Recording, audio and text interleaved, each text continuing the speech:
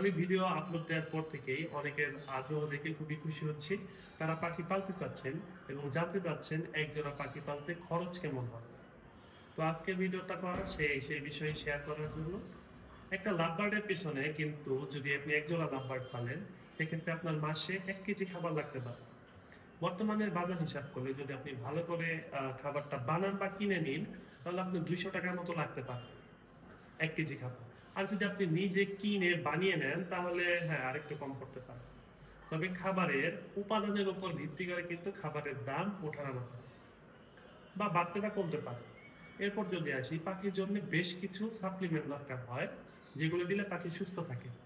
তো আপনি যদি সেগুলো দেন তাহলে ধরা যায়, সেগুলো কিন্তু আপনি একবার কিনলে দেখা যায় আপনি যেহেতু একজোড়া পাখি আপনি ১ বছর ওটাকে চালিয়ে নিতে পারবেন। ঠিক আছে? তবে এটা বেস্ট প্র্যাকটিস নয়।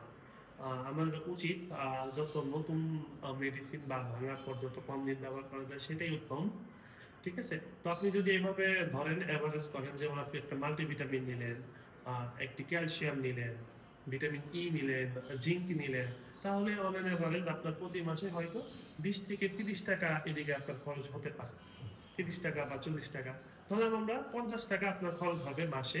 তাহলে ফিড মিক্সের জন্য হচ্ছে ৳২০০ এবং আমাদের যে সাপ্লিমেন্ট এগুলোর জন্য ধরলাম আরো এক্সট্রা ৳৫০। তাহলে আশা করা যায় আপনি মান্থলি ৳২৫০ র ভেতরে কভার করতে পারবেন। তবে এর বাইরে কিন্তু আপনাকে সফট ফুড দিতে হবে। সফট ফুডের ক্ষেত্রে আপনি মাসে আরো ১ কেজি টাকা যদি ধরেন, তাহলে আরো ৳১৫০ র মতো লাগতে পারে। তার মানে আপনার প্রতি মাসে এক জোড়া পাখির পিছনে ৳৪০০ থেকে ৳৫০০ র মতো খরচ হতে পারে। ধন্যবাদ। দেখা হবে পরবর্তী আরেকটি ভিডিওতে।